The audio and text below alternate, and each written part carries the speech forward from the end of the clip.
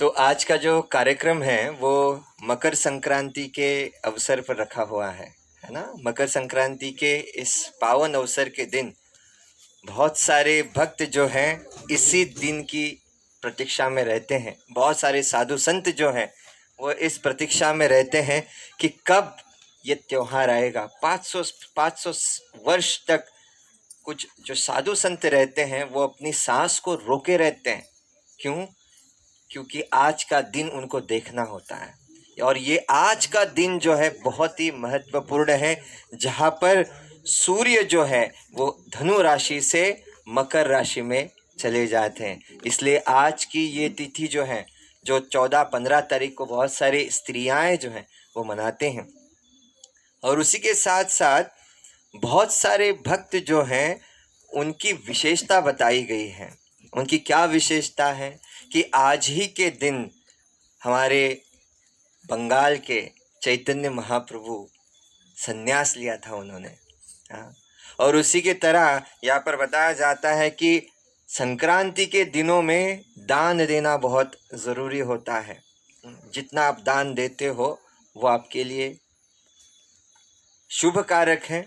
और दूसरी बात बताई जाती है कि इसी दौरान जो कुंभ मेला होता है उसकी भी शुरुआत होती है। तो बहुत सारे साधु संत रुके रहते हैं कि कब ये 14 तारीख आएगी। ये जो सूर्य जो है, सूर्य देव जो है, वो सूर्य देव एक राशि से दूसरी राशि में चले जाते हैं। और जैसे ही वो चले जाते हैं उसको कहते हैं उत्तरायण। तो इस उत्तरायण का मतलब क्या है? जहाँ पे हम देखते हैं कि भगवान का एक नाम, भगवान कृष्ण का एक नाम है उत्तर। क्यों? कोई बता सकता है?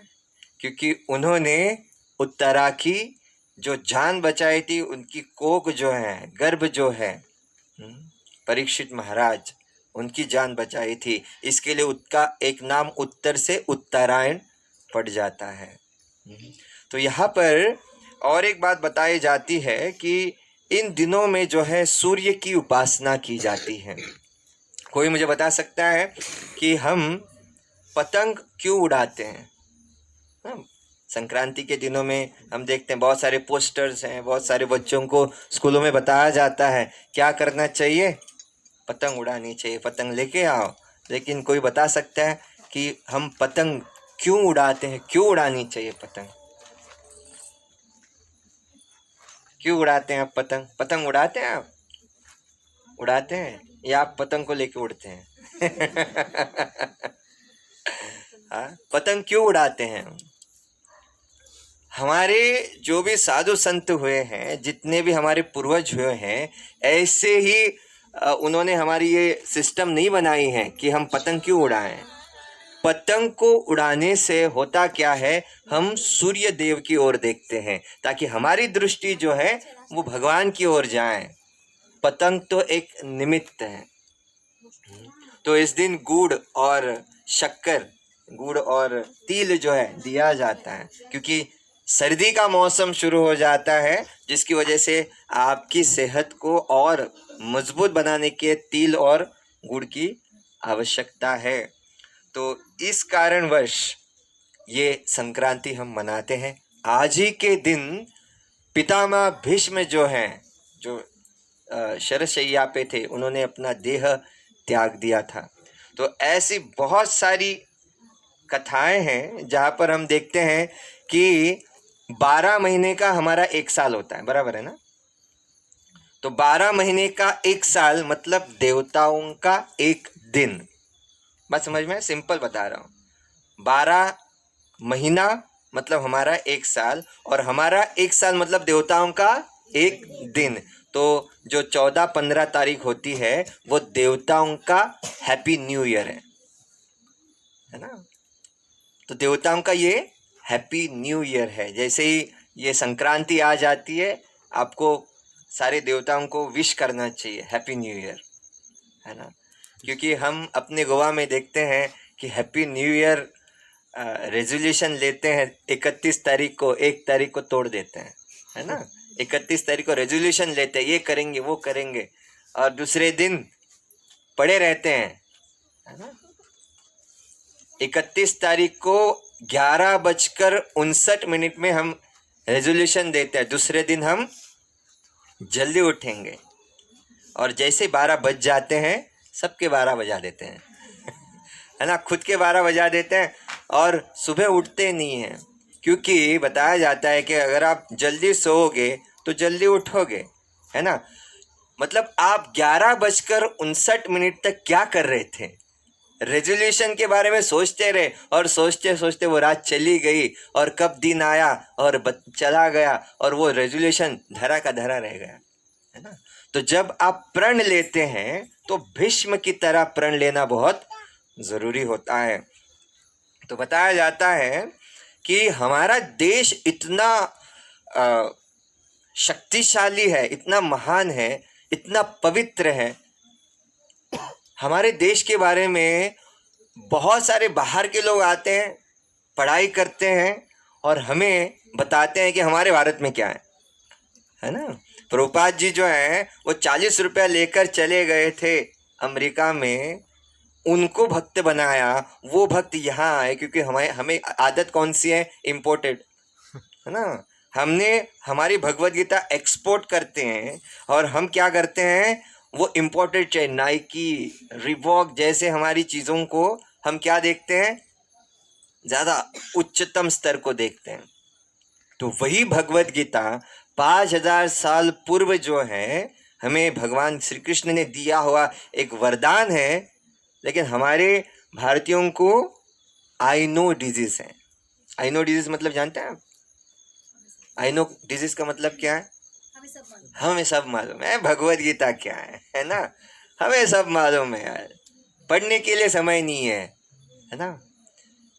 यहाँ पे हिंदी में हम कहते हैं यथारूप, लेकिन मराठी में कहते हैं भगवत गीता जशी आहे तशी। हम लेंगे जशी आहे, जैसे वैसे ही रखेंगे, खोलेंगे नहीं उसको, है ना। और कुछ घरों में ऐसा भी होता है जहाँ पर उसको लाल कपड़े में लपेट के रख देते हैं, कोई खोल ना दे, है ना। एक्चुअली उस लाल कपड़े को खोलना चाहिए, उसको देखना चाहिए। जितने लोग आप फ्रिज लेते हैं, वॉशिंग मशीन लेते हैं, नया मोबाइल लेते हैं, उसके साथ आपको एक मैनुअल आता है कि नहीं आता है? और उसके ऊपर लिखा रहता है कि आपको इस चीज़ को कैसे इस्तेमाल करना चाहिए, कैसे उसका उपयोग करना चाहिए। जैसे चलते हुए उस वॉशिंग मशीन के ड्रायर में हाथ या उंगली नहीं डालनी चाहिए। क्यों? क्या होगा? इस संसार में 4 प्रकार के लोग होते हैं, जो पहले सुनते हैं, दूसरे देखते हैं, तीसरे अनुभव करते हैं, और चौथे सुधरते नहीं हैं। मतलब मैंने अगर कहा चोरी मत करो, चोरी करना पाप है, आपने क्या किया? अभी क्या किया आपने सुना, है ना। तो कुछ लोग कहेंगे नहीं, मुझे देखना चाहिए, चोरी करना पाप कैसे है। तो वो चोरी करते हुए एक चोर को देखता है, पुलिस जाके उसको पकड़ता है, मारता है, देखता है, कहता है चोरी नहीं करूंगा, देखकर समझ में आता है। तीसरा कहता है अनुभव करना चाहिए। चोरी करने का अनुभव अलग होता है, सुना, देखा, जाकर अनुभव किया। पुलिस ने चोर को पकड़ा, डंडे से मार माला, जहाँ पे कान पकड़ के कहता है आगे से चोरी नहीं करूँगा, है ना।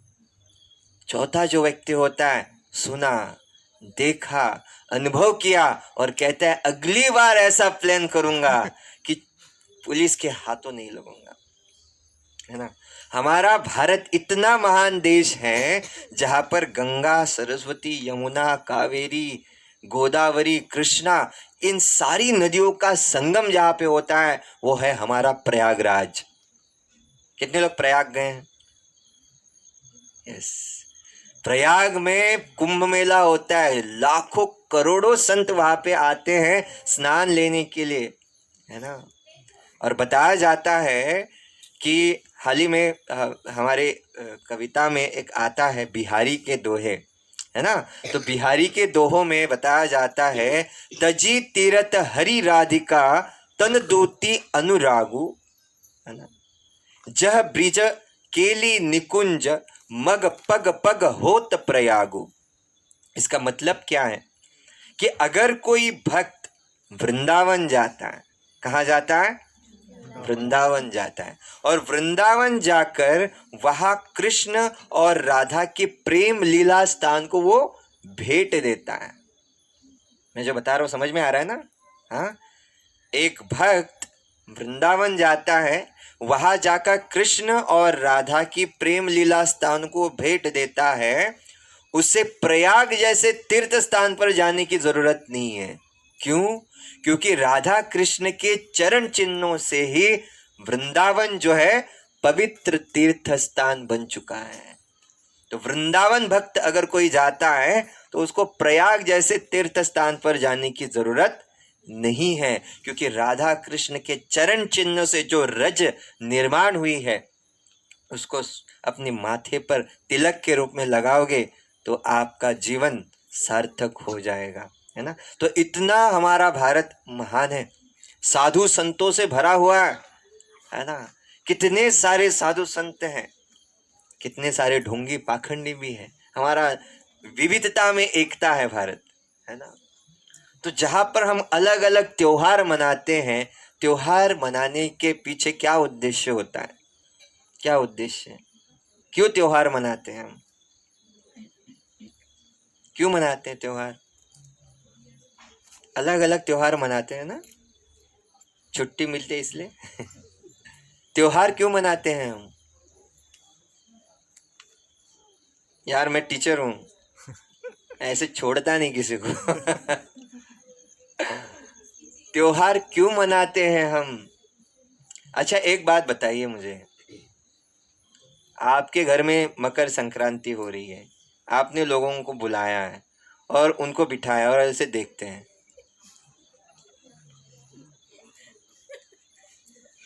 क्या मतलब है इसका? वो पूछेंगे यार भाई हमें बुलाया क्यों है? मकर संक्रांति है, बैठे रहो। ऐसे थोड़ी ना होता है। त्योहार का मतलब होता है सेलिब्रेशन, है ना? कुछ जो मीठा होता है ना, कुछ खाना वाना वगैरह प्रसाद वगैरह होता है उसको, या फिर आदान प्रदान जो होता है उसके लिए हम क्या करते हैं, आ जाते हैं। और त्योहार मनाने के पीछे एक मकसद क्या होता है? सब इकट्ठा आते हैं। इस्कॉन के प्रोग्राम अगर आप अटेंड करते हो ना, तो इस्कॉन में आपको यही सिखाते हैं, कितने सारे भक्त रुके रहते हैं एक साथ एक दूसरे को मिलने के लिए, एक दूसरे के साथ आदान प्रदान करने के लिए। और जितना आदान प्रदान होता है उतना ही हमारा संबंध घनिष्ठ होता है ना? आज के युग में संवेदनशीलता बहुत जरूरी है। तो आप पूछेंगे ये संवेदनशीलता का मतलब क्या है? संवेदनशील का मतलब क्या है? संवेदन मतलब क्या है? इसको अंग्रेजी में हम सेंसिटिविटी कहते हैं, है ना? सेंसिटिविटी का मतलब, अगर इस बच्चे को कांटा चुभ जाता है तो उस कांटे को जो चुभन रहती है उसके दर्द का एहसास मुझे भी होता है, नहीं होना चाहिए था उसको दर्द नहीं, उसका दर्द जो है मुझे महसूस होता है, क्योंकि उस कांटे की चुभन को मैंने महसूस किया है, जिसकी वजह से उसका दुख मेरा दुख हो जाता है। इसको कहते हैं संवेदनशीलता। आजकल के युग में ये संवेदनशीलता कम हो गई है। अगर कोई गिर भी जाता है तो लोग उसको उठाने के बजाय उसका वीडियो निकालेंगे, पहला रील बनाएंगे, पहला स्टेटस बनाएंगे, मैंने देखा पहला, मेरा स्टेटस होना चाहिए। ये काहे का स्टेटस? जो आपको किसी की मदद करने में आपकी सहायता ना हो, किसी के काम आने में सहायता ना हो, ऐसा स्टेटस, ऐसा रियल करके क्या फायदा है ना? तो आज जो है हम चर्चा थोड़ी बहुत करने वाले हैं जहाँ पर हमारे ही देश में महाभारत हुआ, है ना?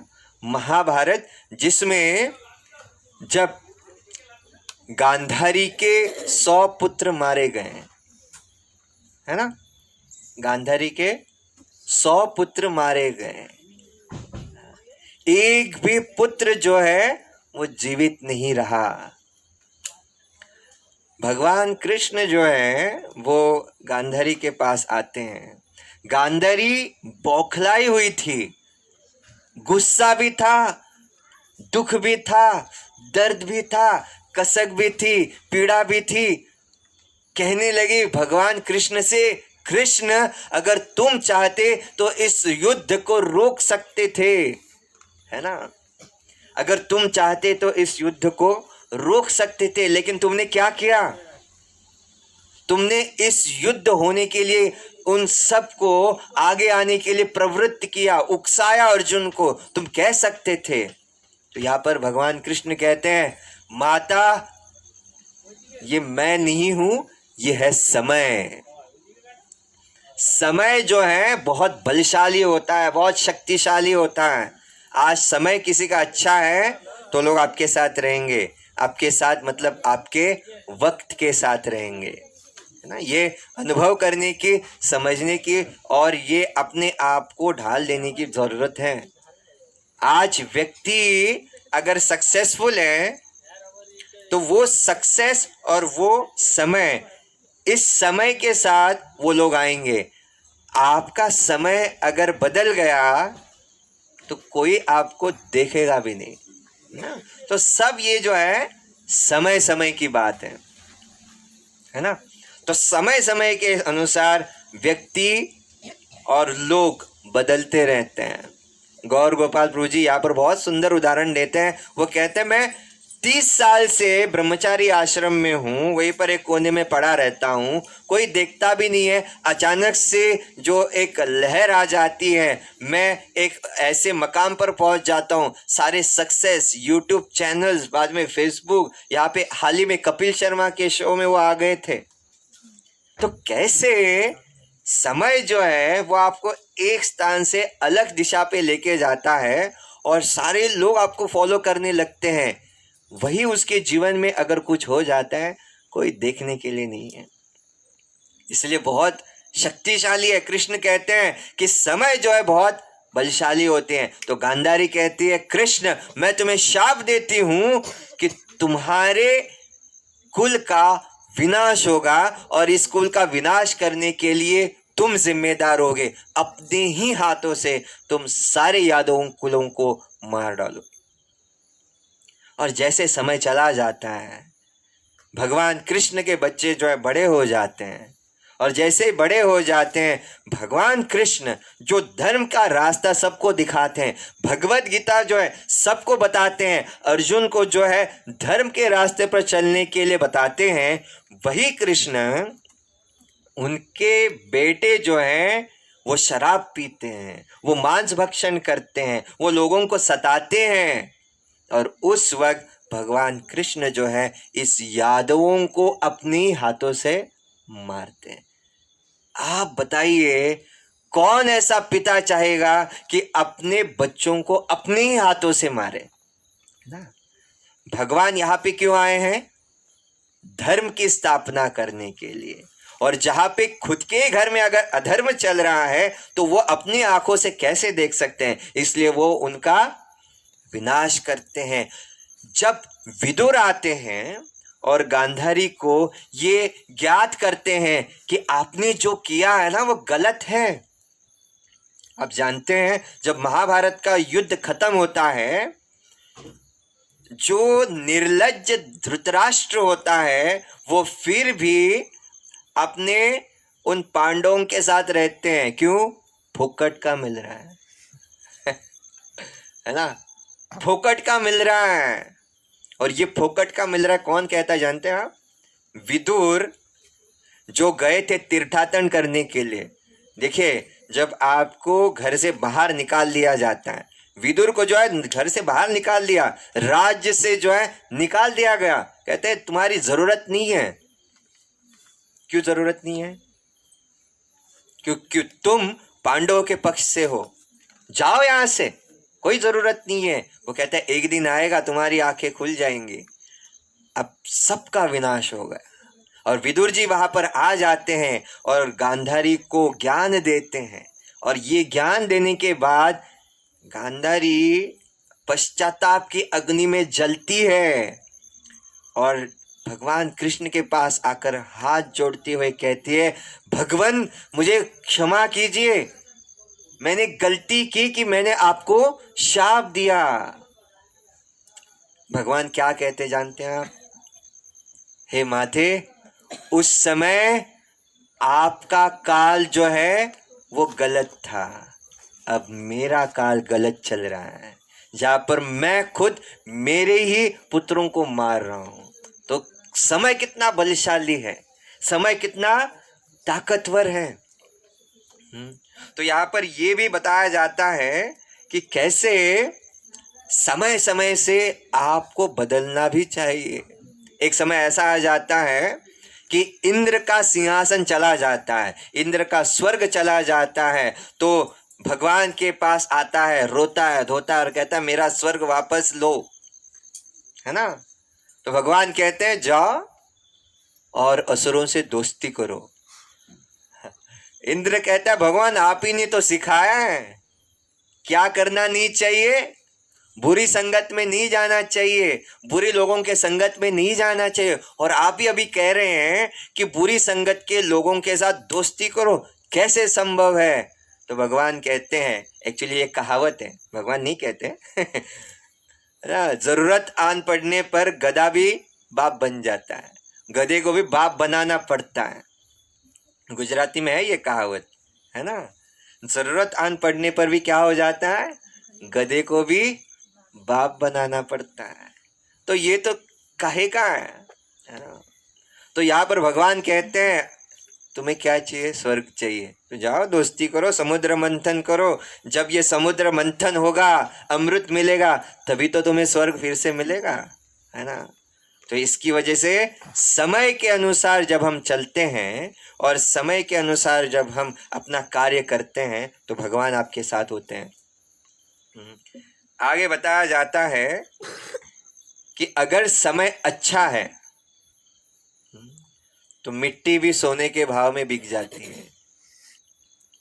क्या बताया जाता है? अगर समय अच्छा है तो मिट्टी भी सोने के भाव में बिक जाता है, अगर समय बुरा है तो सोना जो है वो मिट्टी बन जाती है।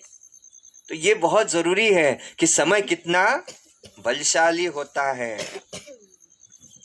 तो यहाँ शरशैया पर लेटे हुए भीष्म जो हैं वो पांडवों को कहते हैं, धर्मराज को, कि आपके पास दुख हो ही नहीं सकता।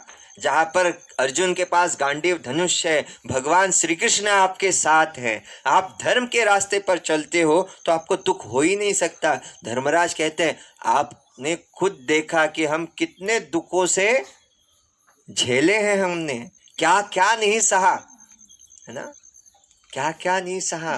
यहाँ तक कि द्रौपदी की लाज बचाने के लिए भगवान को खुद आना पड़ा। हम जैसे 5 पांडव होते हुए भी क्या क्या कर सकते थे, है ना। समय कितना बलशाली होता है, सामने है लेकिन बचा नहीं सकते। तो यहाँ आपको ध्यान देने वाली एक ही बात है, कठिन परिस्थिति में आपके जितने भी सगे संबंधी है, यहाँ पे बहुत अच्छी खटिया है बैठने के लिए अच्छा है, और इसी खटिया पर जब व्यक्ति मरणासन्न होता है तब इर्द गिर्द केवल लोग घूमते रहते हैं, सांत्वना देते रहते हैं, डरो मत कुछ नहीं होगा, है ना। तो वो जानता है जो शैया पर लेटा हुआ है, मैं जानता हूँ कुछ पल में मैं जाने वाला हूँ, और तुम क्या बता रहे हो कुछ नहीं होगा, है ना। मैं कब मर जाऊंगा मैं जानता हूँ, मेरे मरने का समय आ चुका है, अभी मैं कभी भी मर सकता हूँ, तुम क्या बता रहे हो मुझे। तो ये क्या है, झुटलाना है और लोगों को झूठी सांत्वना देनी है ना। वो भी जानता है, आप भी जानते हो जाने वाला है, लेकिन ऐसा भी है समय किसका क्या काम करेगा मालूम नहीं पड़ता। तो आपको आसक्ति भगवान के चरणों के पास रखनी चाहिए। हाल ही में एक घटना हुई है बिहार में कौन सी घटना हुई है, एक औरत को शमशान घाट लेके जाते हैं, मरी हुई औरत को, मरी हुई औरत को शमशान घाट लेके चले जाते हैं, और राम नाम सत्य है, राम नाम सत्य है। यार मुर्दे को क्या सुनाई देगा, जीते जाते कभी राम का नाम लिया नहीं, मरने के बाद उस मुर्दे को क्या सुनाते हैं आप? इतने भी वो औरत जो है वो उठ खड़ी होती है वो औरत उठ खड़ी होती है, नीचे उतरती है और दौड़ने लगती है अपने घर। सारे डरते हैं, पहले भाग जाते हैं, है ना। और भागने के बाद ये औरत अपने घर जाती है, चाय बनाती है। चाय से बहुत आसक्त थी, चाय पीती है, फिर से मर जाती आप बोलेंगे ये चल क्या रहा है ना? ऐसा हुआ है ना। मतलब आपकी आसक्ति किसके है? मुक्ति से नहीं, चाय से। चाय इतनी इंपॉर्टेंट है कि मुक्ति को छोड़ के आप चाय पीने के लिए फिर से जिंदा हो गए, है ना। अंतिम इच्छा क्या है तुम्हारी, पूछते हैं ना, क्या है तुम्हारी अंतिम इच्छा? भगवान भी आपकी अंतिम इच्छा पूरी करने आपको फिर से जीवित करते हैं, और जैसे टाइम खत्म फिर से आपको मार देते। तो आसक्ति जो है वो बहुत खतरनाक होती है। तो यहाँ पर धर्मराज जब पूछते हैं हमारे दुखों का कारण क्या है ना, क्या हमारे कर्म है, क्या है हमारे दुखों का कारण? तो यहाँ पर भीष्म कहते हैं सर्व काल कृतम मन्ने भवता यद निश्चितम। सर्व जो है वो समय के ऊपर निर्भर करता है। समय कैसे कार्य करता है कोई पता नहीं चलता। इसलिए भगवान क्या चाहते हैं, भगवान क्या करने के लिए कह रहे हैं हम, वैसे हमें पेश आना चाहिए। तो श्रीमद् भागवत जो है भगवान का साक्षात रूप है। तो भागवत के बारे में बताया जाता है कि सूत गोस्वामी जो कहते हैं कि भक्ति ज्ञान और वैराग्य को अगर बढ़ाना है, भक्ति वैराग्य और ज्ञान इसको अगर बढ़ाना है तो भागवत का श्रवण करना बहुत जरूरी है। खुद वेद व्यास जी बताते हैं कि मैंने 18 पुराण, 108 उपनिषद, 4 वेद इनका निर्माण किया, लेकिन कपट किया। क्या सच है ये नहीं बताया।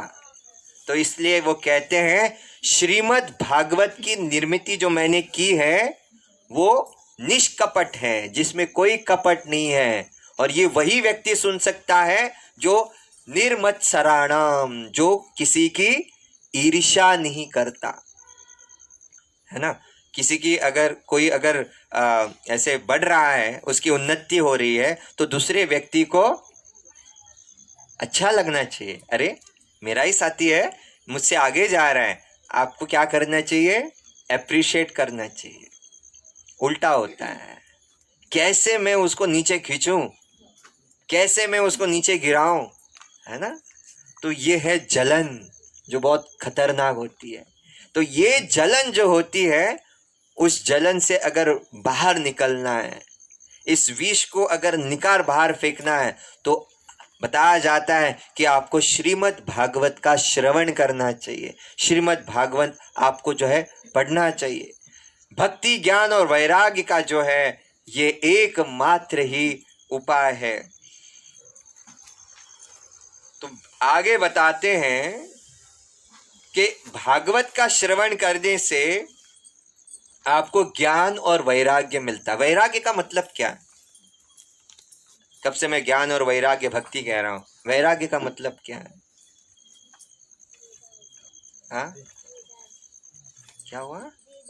वेदास। वेदास का मतलब वैराग्य नहीं है।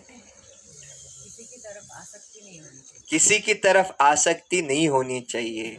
अगर एक कोई साधु जाता है भिक्षा मांगने के लिए और आने के बाद एक पेड़ के नीचे रहता है,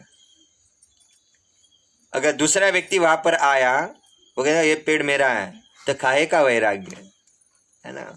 और एक ऐसा व्यक्ति जो घर में रहता है लेकिन आसक्त नहीं है, वो कहता है सब भगवान का है। जैसे ये घर है ना, माता जी और ये उनका परिवार जो है, वो कहते हैं ये भक्तों के लिए है, ये घर मेरा नहीं है। गृहस्थ रहकर भी आप वैरागी हो सकते हैं, क्यों नहीं हो सकते? ऐसा नहीं है कि गेरुए वस्त्र पहनकर आपको सब कुछ छोड़ छाड़ के हिमालय में जाना है। जो भगवान के लिए अच्छा है और जो भगवान के लिए अच्छा नहीं है और जो व्यक्ति इसका पालन करता है वो वैरागी है। समझ में आ रहा है? सिंपल है। भक्ति यानी बहुत सीधी और सरल होती है, उसको कॉम्प्लिकेट करने की जरूरत नहीं है। जितना आप सिंपल रहोगे, भगवान का नाम जप करना, भगवान के भक्तों की सेवा करनी है, जितना आप भगवान के भक्तों की सेवा करोगे, जितना आप भगवान के भक्तों को जितना हो सके प्रसन्न करने का प्रयास करोगे, तो आप खुश हो जाओगे। ये कैसे संभव होता है? जब आप इकट्ठा आते हो। एक बार हमारे फाउंडर आचार्य श्रीला प्रभुपाद जी को पूछा, हमें कैसे मालूम पड़ेगा कि भगवान खुश हो गए? है ना? तो आप भगवान के भक्तों की ऐसी सेवा करो कि भक्त आपकी सेवा से प्रसन्न हो जाएंगे। अगर वो प्रसन्न होते हैं तो भगवान अपने आप प्रसन्न होते हैं, और किसी को पूछने की जरूरत नहीं है कि वो खुश है कि नहीं खुश है। आप, अगर मैं आता हूं, है ना, मैंने माता जी से कहा, माता जी एक गिलास पानी लाइए। माता जी को लगा प्रभु जी पहली बार आए, है ना, तो चलो थोड़ा सा हमारे बंगाल में थोड़ा अलग से करके देते हैं, दूध देते हैं या दूध में तिल वगैरह मिला के देते हैं। लेकिन उस दूध को पीकर मैं खुश नहीं हूं। मुझे क्या चाहिए? हाँ, मैं पानी से खुश हूं। तो भक्त को क्या चाहिए? ये आवश्यकता जानना, और जिससे वो खुश हो जाए। एक बार गौरांग प्रभु जो हैं वो किसी भक्त के यहाँ गए थे, और उससे पहले प्रेरणा का फेस्टिवल हुआ था। हमारे बॉयज़ के लिए बहुत बड़ा फेस्टिवल होता है, और वहाँ पे पाव भाजी थी। बहुत पेट दबा के खाए, और उसके बाद एक भक्त के घर गए और उसने 56 भोग सामने रखे। अब 56 भोग सामने रखे, पेट में पाव भाजी है, 56 भोग बाहर है, कैसे खाएंगे? है ना? तो प्रभु जी उसको देख रहे हैं, ये प्रभु जी को देख रहे हैं, प्रभु जी 56 भोग को देख रहे हैं, ये प्रभु जी को देख रहे हैं, प्रभु जी 56 भोग को देख रहे हैं, है ना?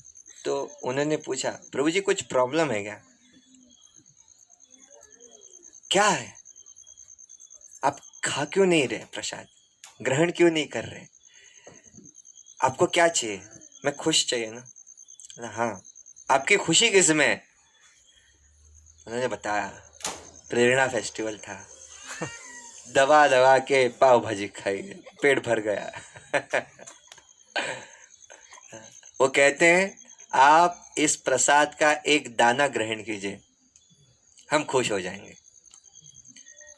तो उनकी खुशी में ही हमारी खुशी है ना? समझ में आ रहा है? तो भक्तों को कैसे खुश रखना है, ये हमारा क्या होना चाहिए? उद्देश्य होना चाहिए, है ना? तो जब हम एक साथ आ जाते हैं यहाँ पे, तो एक साथ आने के पीछे हमारा एक ही उद्देश्य रहता है, आदान प्रदान। और ये आदान प्रदान कैसे? प्रेम का आदान प्रदान।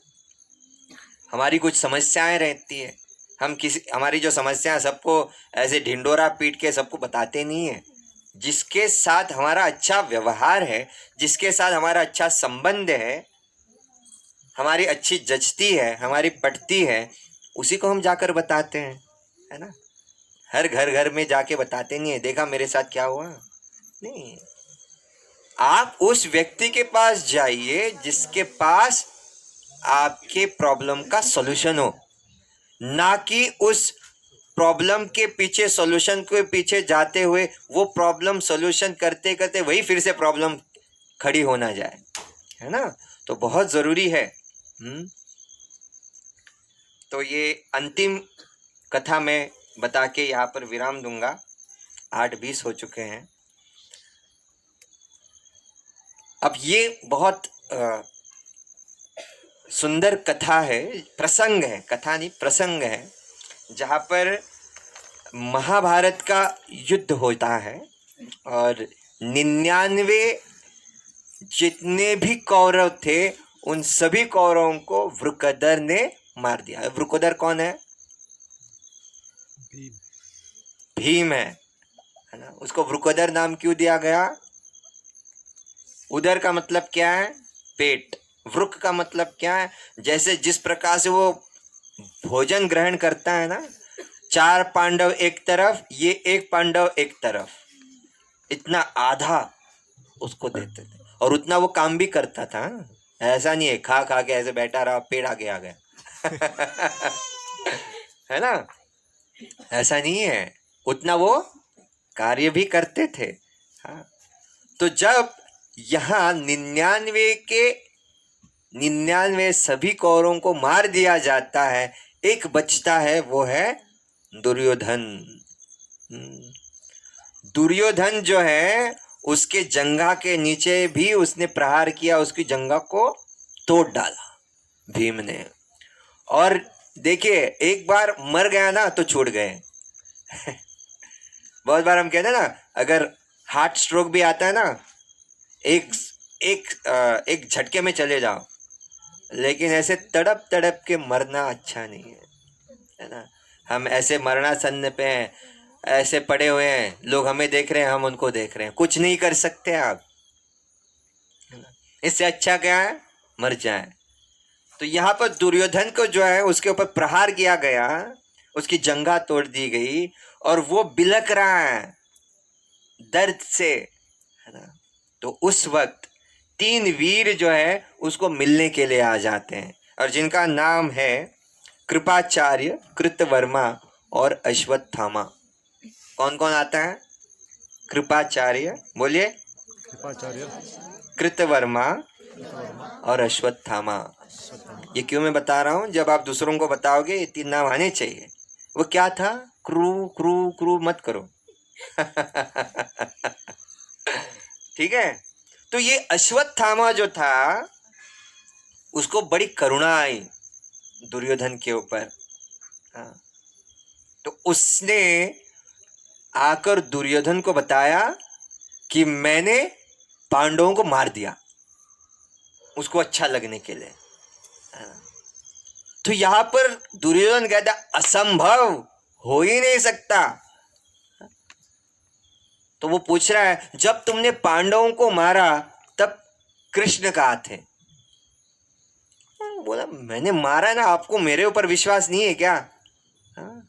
वो कहता है देखो भाई, तुम्हारे ऊपर मेरा कितना विश्वास है वो अलग बात है, लेकिन इतने 18 दिनों की ये जो युद्ध मैंने देखा है, एक बात मैं समझ गया, जहां पे कृष्ण है, कान खोल के सुनिए, जहां पे कृष्ण है वहां उस भक्त का कोई बाल भी बांका नहीं कर सकता।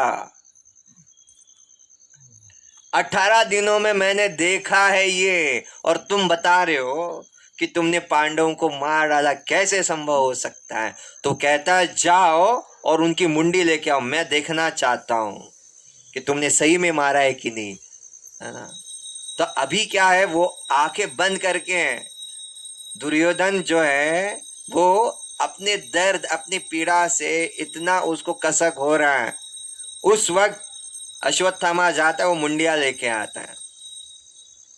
वो मुंडिया जब दुर्योधन अपने हाथ में लेता है, जैसे हाथ में लेता है वो फट जाते हैं, और रक्त जो है, खून जो है सब जगह पे हो जाता है। तो कहता है ये पांडव नहीं हो सकते, बताओ, सच बताओ कौन थे? तब वो बताता है कि ये पांडवों के 5 पुत्र थे, है ना। अब देखिए समय कितना बलशाली होता है, किसी के हाथ में नहीं होता। अब यहां एक माता अपने पुत्रों के विरह में रो रही है, जहां पे खुद के आंखों के सामने वो देख रही है 5 के 5 पुत्र जो है मरे पड़े हैं, है ना। उस वक्त जैसे एक व्यक्ति की मृत्यु की खबर सुनते ही जैसे एक व्यक्ति शौक में चला जाता ना, तो यहाँ पे द्रौपदी भी जो है वो शौक में थी।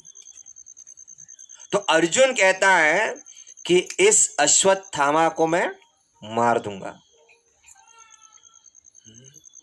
तो वो रथ लेता है, दौड़ के चला जाता है, और उसके पीछे पीछे जो है भगवान भी दौड़ते हैं, ये कुछ उल्टा सीधा करना पाए, इसलिए भगवान सारथी है और पीछे अर्जुन बैठा हुआ है और अश्वत्थामा के पीछे पीछे दौड़ रहे हैं और अश्वत्थामा को पकड़ते हैं, है ना। पकड़ने के बाद उसको बांध देते हैं। अर्जुन जो है उसके हाथों को बांध देते हैं। उसको याद आता है कि उसने द्रौपदी को वचन दिया है कि वो अश्वत्थामा को लेकर आएगा। कृष्ण कहते हैं, अर्जुन मेरी बात मान ले, तुमने क्या बोला है, अश्वत्थामा को लेकर आओगे, जिंदा या मुर्दा ये नहीं बताया, मारो इसको, क्या करो, मार डालो इसको, नहीं तो और मुसीबत खड़ी होगी।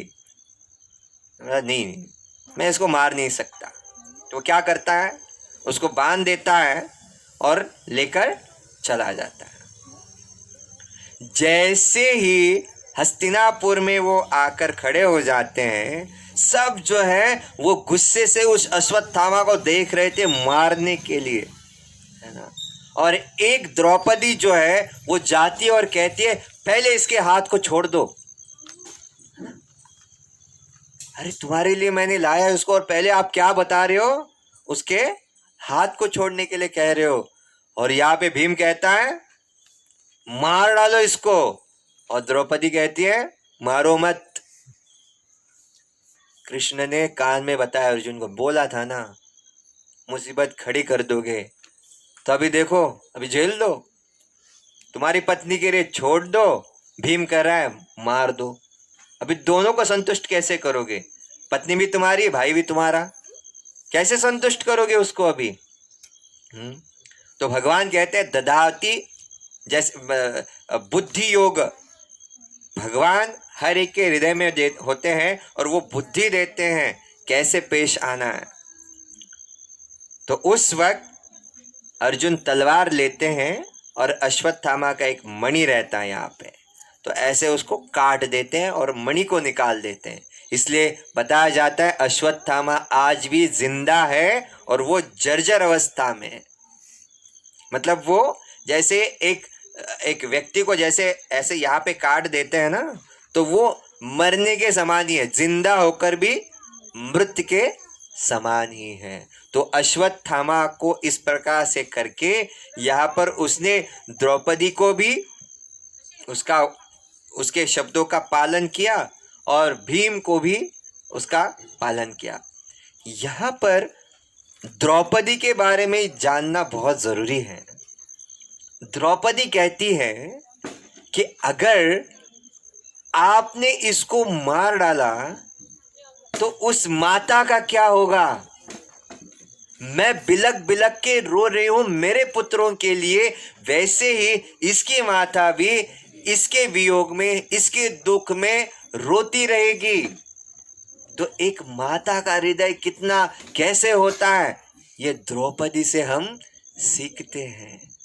द्रौपदी इतनी शक्तिशाली है कि यहाँ पर हम देखते हैं कि वो कहती है कि आपने जिसको बांधा है ना, वो आपका गुरुपुत्र नहीं, गुरु ही है वो, है ना। जब आप कहते हैं ये गुरुपुत्र है, तो गुरु का जो पुत्र है वो खुद गुरु हो गया। तो उस गुरु के पुत्र को आप कैसे बांध सकते हैं, पहले छोड़िए इसको, है ना।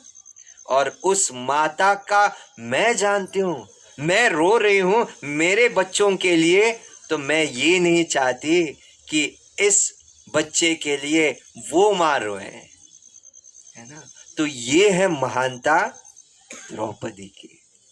तो आज इस अवसर पर आपने यहाँ हमें बुलाया, अवसर दिया कथा कहने का, तो हम प्रभु जी के और माता जी के बहुत बहुत आभारी है।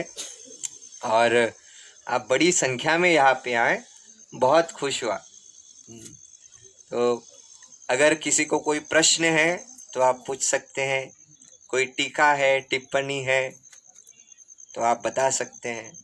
अगर जाने अनजाने में अगर अपराध किया है आपके प्रति, तो मैं उसके लिए क्षमा याचना करता हूँ। बहुत बहुत धन्यवाद। श्रीला प्रभुपाद की जय। हरे कृष्णा।